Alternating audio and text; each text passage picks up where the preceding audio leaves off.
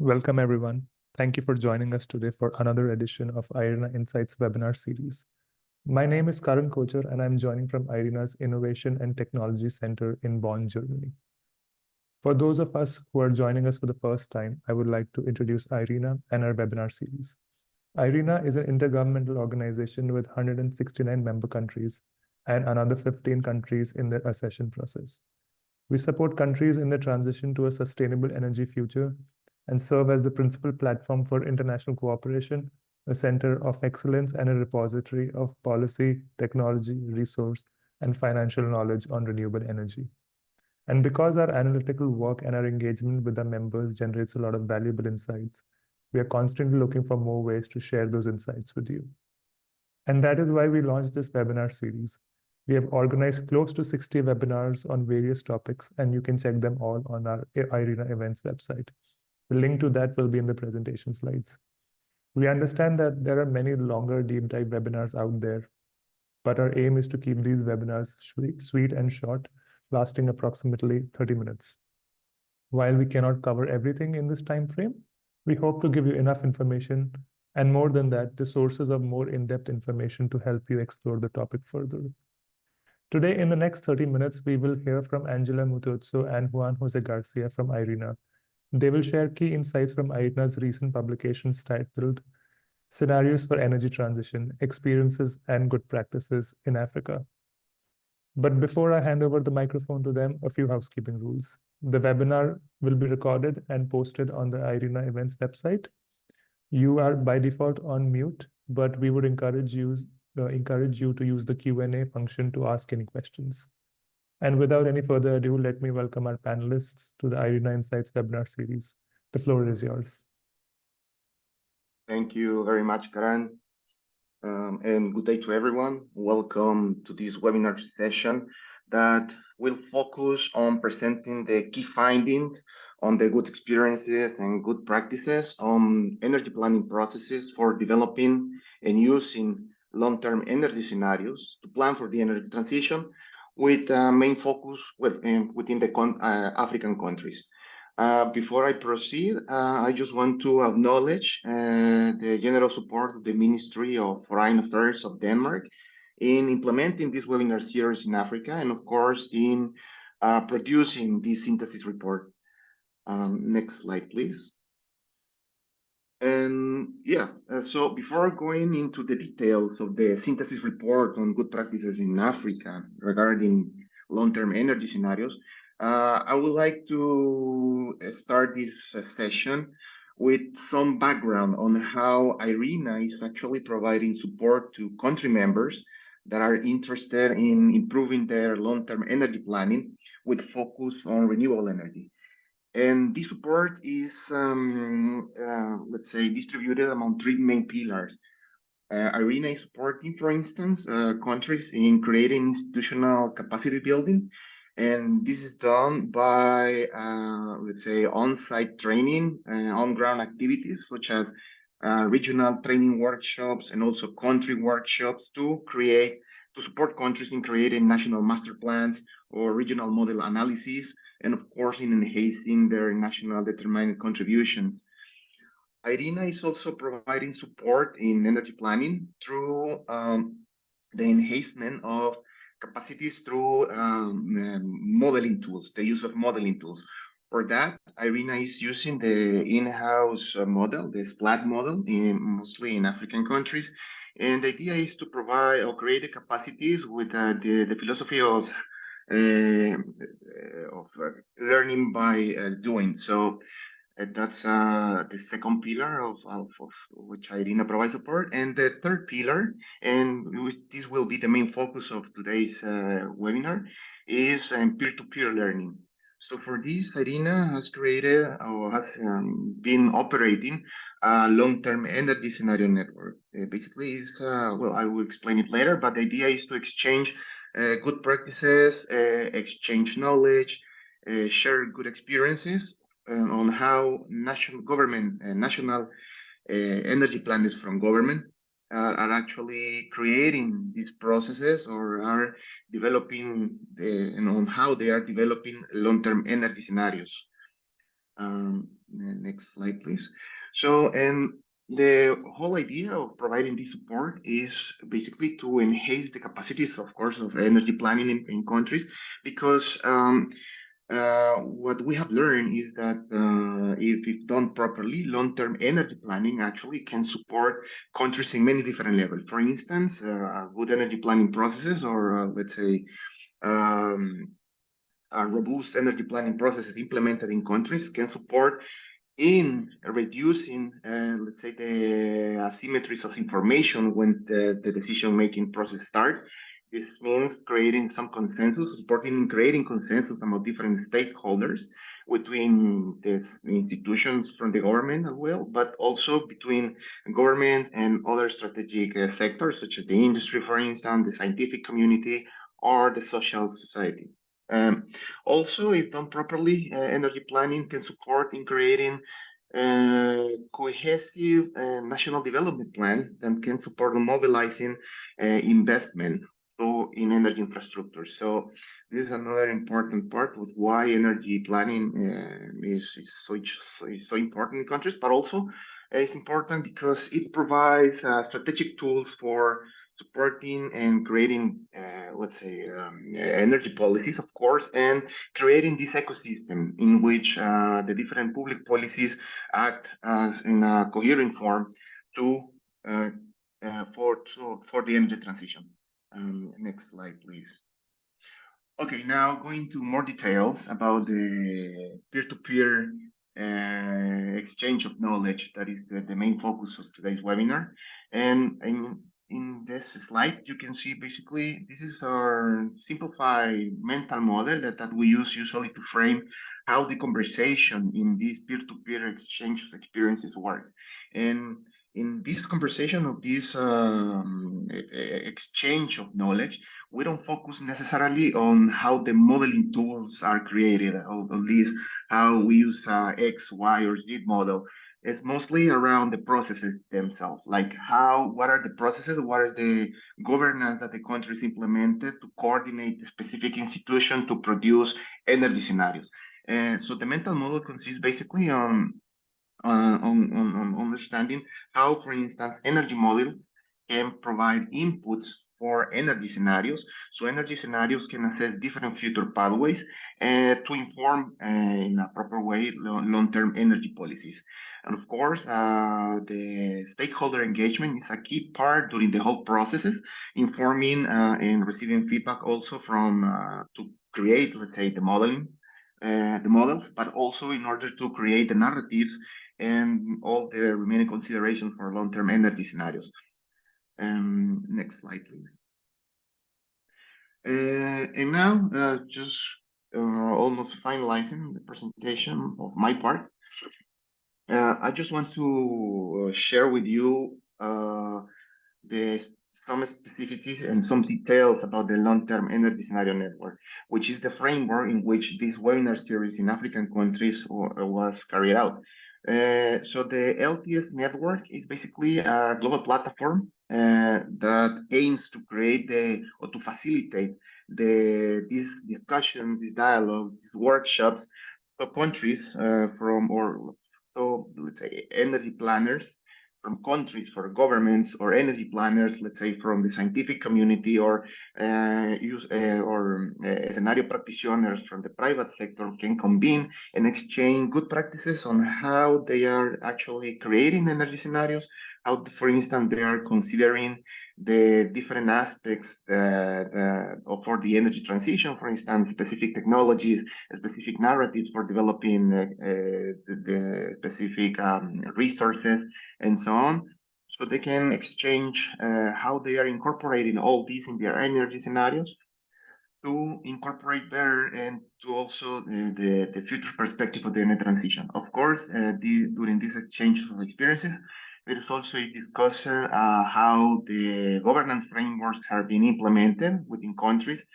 So they can improve, basically energy planners can improve the way they are producing or using energy scenarios. And the LTS network has been running so far for 6 years under the co-lead of Germany and Denmark. And so far, the LTS network has convened more of over 70 international and regional events. And we have, the network has collected over 60 country case examples with good practices on different aspects of the energy scenario. The network right now is composed of 29 countries. And of course, also the network has 14 technical partners. The country members are basically representatives from energy planning agencies in governments from the institutions that are actually in charge of producing energy scenarios or are in charge of the energy planning in the country. And the technical partners are international organization or a research institution that support countries in their processes of or for improving their energy planning processes. Next slide, please. And the LTES network focuses on discuss over three main aspects. The first one is how countries are strengthening or are enhancing their scenarios in terms of inclusion of specific topics or inclusion of narratives for that for the energy transition, for instance, how they're incorporating hydrogen, for instance, in their energy scenarios, or what other renewable resources that are incorporating in their energy scenarios. Also, during this discussion is very important to understand how the countries are engaging with different groups of stakeholders to, let's say, create more just energy transition scenarios. The second focus of discussions in the LTS network is basically on how the countries are using energy scenarios to produce better policies, to produce national strategies, or how, for instance, they are also coordinating their energy scenario planning tools with, let's say, climate strategies, for example, or long-term low-emission development strategies, or how energy planning processes are actually supporting the creation of NDCs, for instance, or how they are using the scenarios to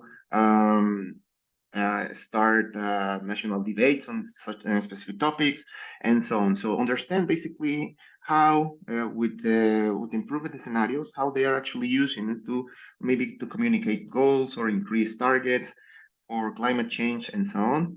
And lastly, the third focus of the conversation in the network is basically to understand what are the approaches that the countries have been taking in order to strengthen their institutional ownership. That's it.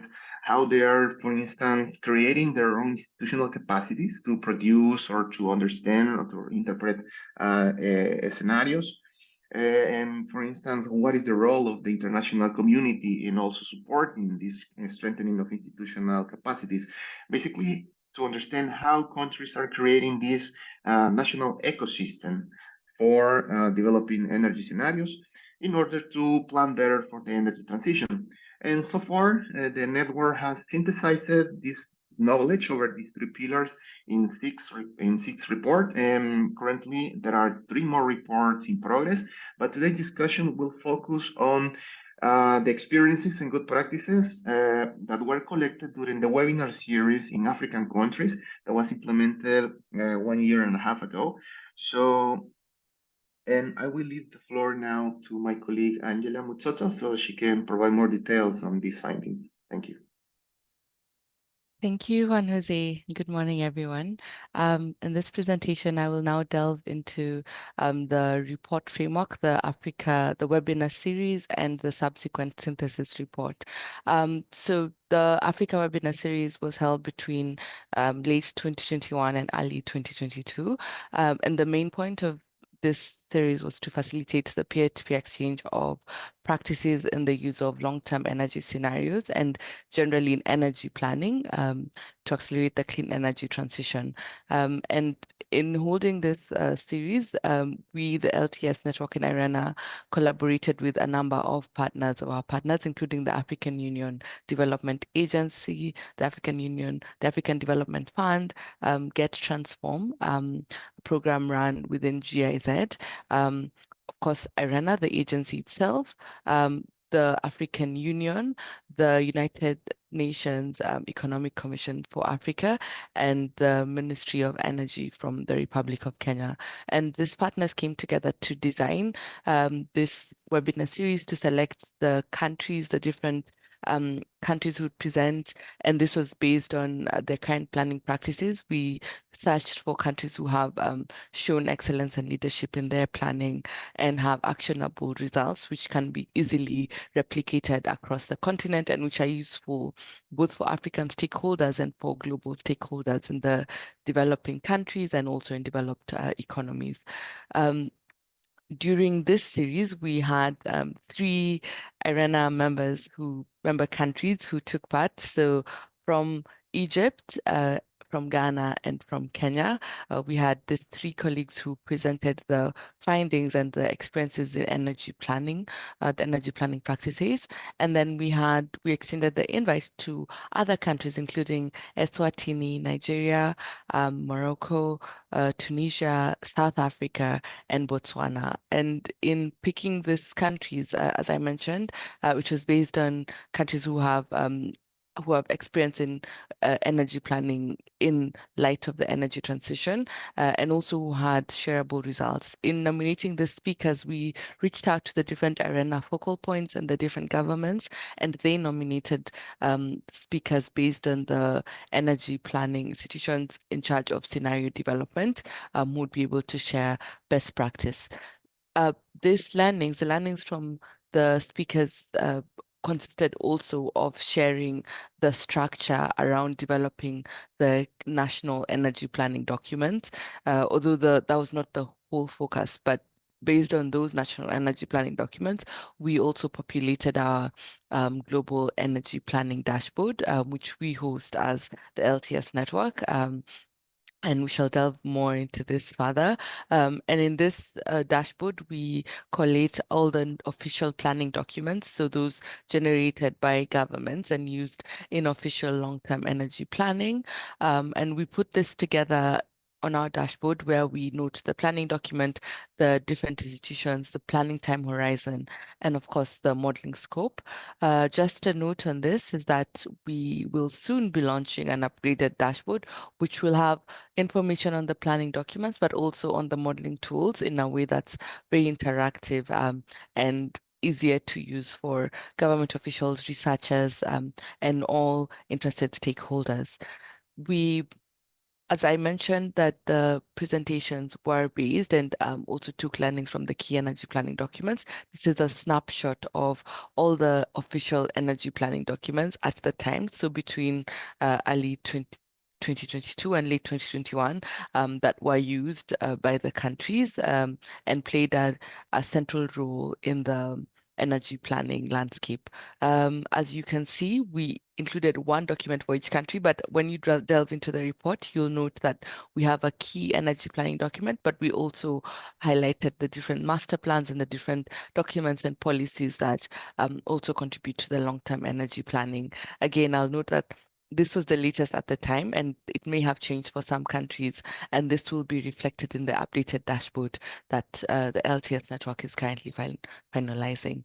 The key learnings from this webinar series, the synthesis, was first, as Juan Jose mentioned, on strengthening institutional ownership, where we noted that countries use a mix of either insourcing their modeling, so this is where they have in-house capacity at the ministry or the government agency in charge of energy planning, where the modelers sit there and develop models there, or they outsource this, outsource modeling by working with, for instance, consultants or universities. In some countries, they would work with universities, a combination of universities and governments, as is the case in South Africa. That's why you see the marking is between insourcing and outsourcing. Other countries would rely on national partners, so perhaps the modeling is done by the ministry in charge of energy, but also a national partner. So this is someone in the country. This was the case in Kenya and Ghana, and other countries relied on international partners. We had an interesting example from Egypt where most of the modeling was done by international partners, but at the time, the country was working towards building in-house, so in ministry capacity. So ensuring that there are a number of people in the ministry and in the government agencies who are able to do the modeling, understand the modeling, and understand long-term energy planning. And that's why we have the arrow showing that there's a move from international partners to insourcing. It's important to note that there is no silver bullet, so we can't say that the right thing to do is to insource or to outsource or use national partners or international partners, but every country is encouraged to use a combination that works for them in their current context and ultimately contributes to their national development goals and also to a more sustainable energy sector that is also in line with the energy transition.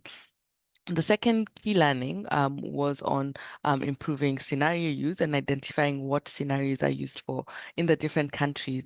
In Morocco, the main planning document is very much a climate focused document, but which also incorporates the energy sector in it. And in this case, the long-term energy scenarios are used to plan for the deployment of renewables and also assess climate mitigation actions. And this is very much in line with the theme of climate and energy planning. And you can see that also replicated in Nigeria, where LTES are used to inform decarbonization plans, but also, again, are used to understand the plan for the deployment of renewables, but also plan for infrastructure development. So the LTS are also used for economic decision making in some countries. In South Africa, we could see that LTS are used in policy formulation to achieve social and environmental outcomes.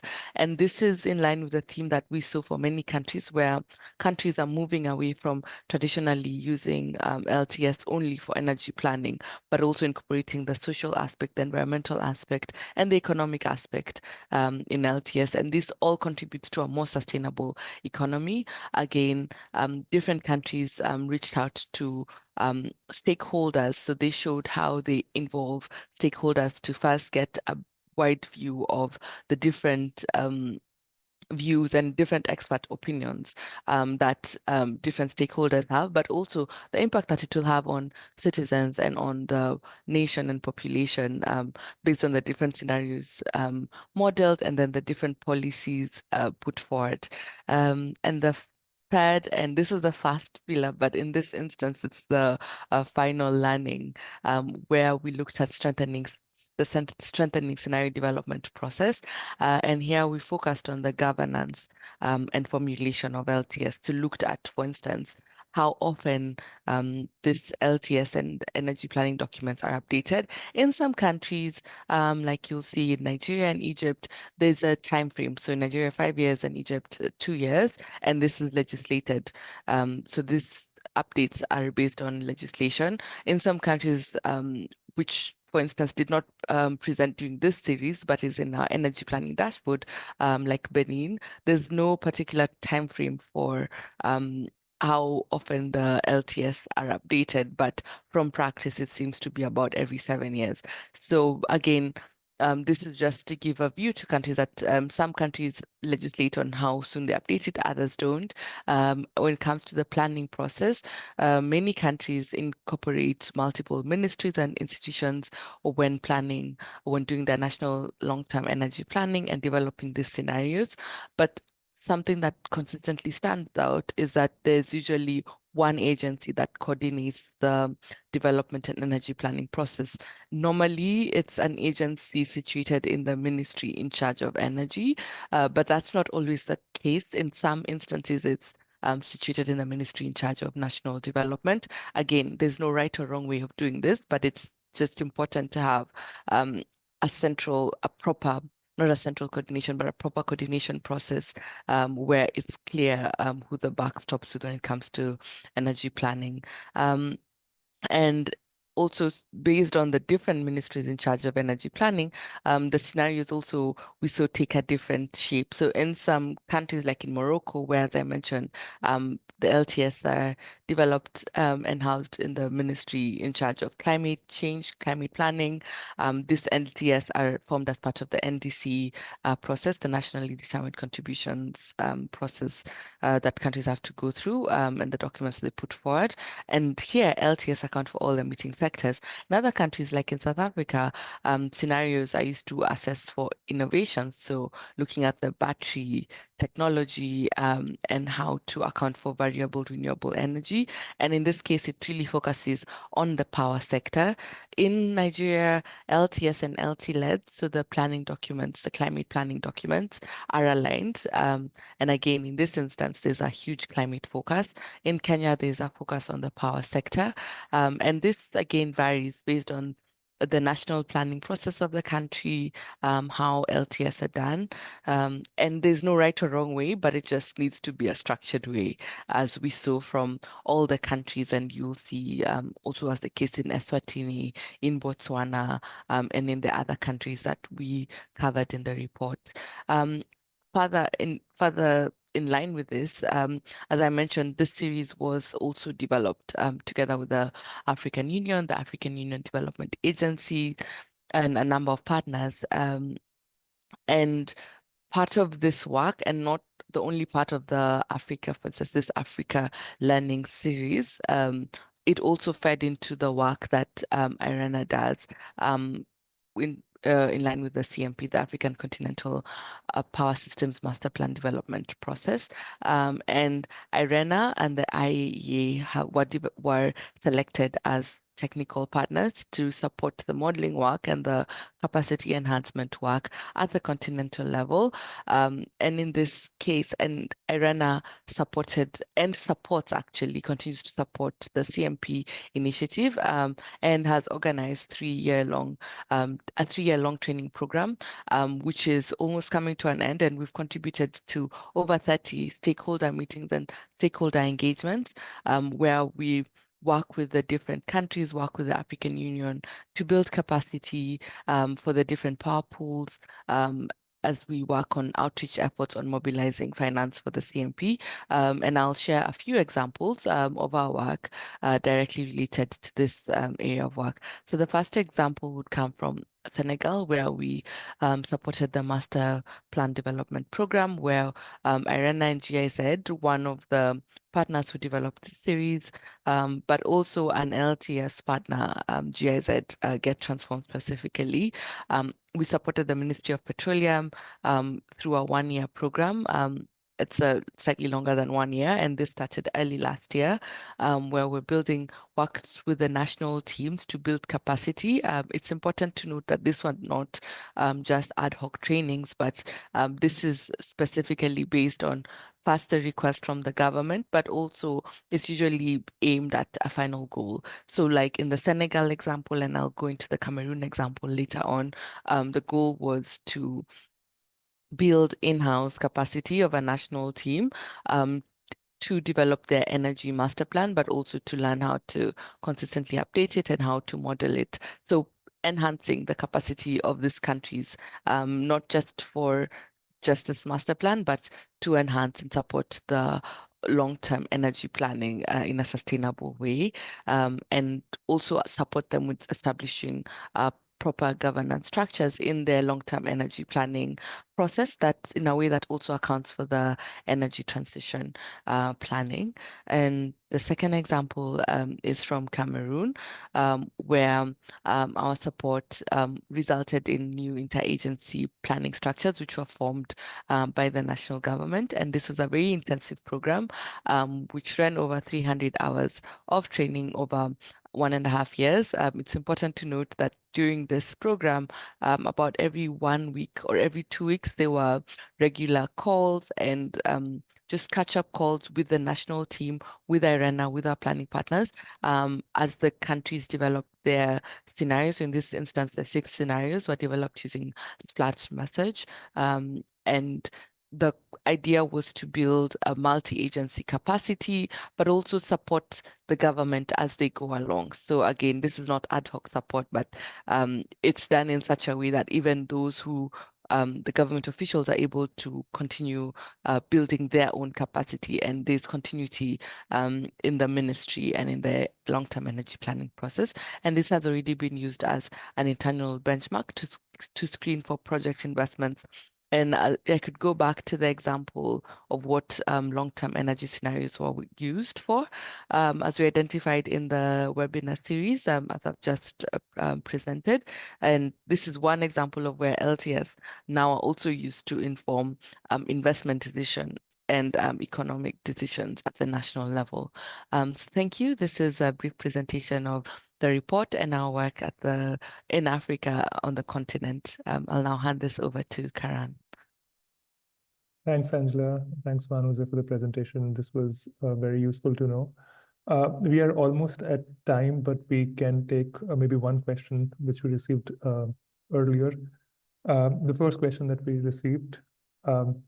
So this question, I think either of you can answer. You highlighted a lot of success for the LTES network. What are some of the ongoing plans? What is some of the more interest? What is some of the ongoing works that you are doing with this network, and in which countries? I think it would be very interesting to know. Well, I can take that one. Well, I can highlight in progress work right now.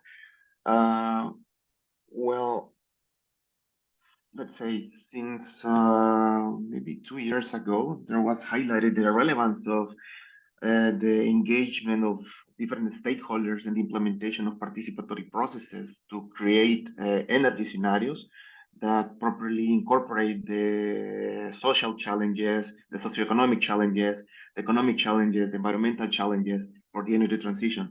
So one work like is currently in progress is specifically the synthesis of experiences on how countries, or let's say different stakeholders, let's say the community, the scientific community, or the private sector, has been implemented participatory processes for developing energy scenarios. So we have been collected so far over 12 very comprehensive cases of the study, which have highlighted many specific tools, methodologies, and processes to implement successful participatory processes. So this is one of the work stream that is currently ongoing. And we are working on the synthesis of this report, which is basically a toolbox for energy planners to implement participatory processes for energy scenarios. And another relevant work that is ongoing is the synthesis report of a similar webinar series that the one we implemented in Africa, but this time with focus on the Asian region. So we are working on comparing this other report with the synthesis of those experiences. And lastly, another important work stream is a follow-up report on the analysis on how energy planning documents that are based on energy scenarios are aligned with, let's say, long-term strategies for low emission countries, with the idea of identify how the relevance on how these tools, the energy planning tools, can be aligned with climate strategies or for climate policy, in order to create comprehensive national plans that can support as well the mobilization of financing for energy transition infrastructure, and of course to create more comprehensive action plans, let's say NDCs or sectoral strategies for sustainable energy projects. Yeah. Thank you, Juan Jose. Unfortunately, our time is up for today. I would like to thank Angela and Juan Jose for the time and for sharing their knowledge and insights on IRENA's latest work. I would also like to thank you all for joining us today and for your attention and for your questions. We hope you learned something new today. The recording and slides will be posted on the IRENA events websites for those who missed any part of the webinar. I wish you a great rest of the day, and we hope to see you soon in the upcoming webinars. Thank you. Thank you.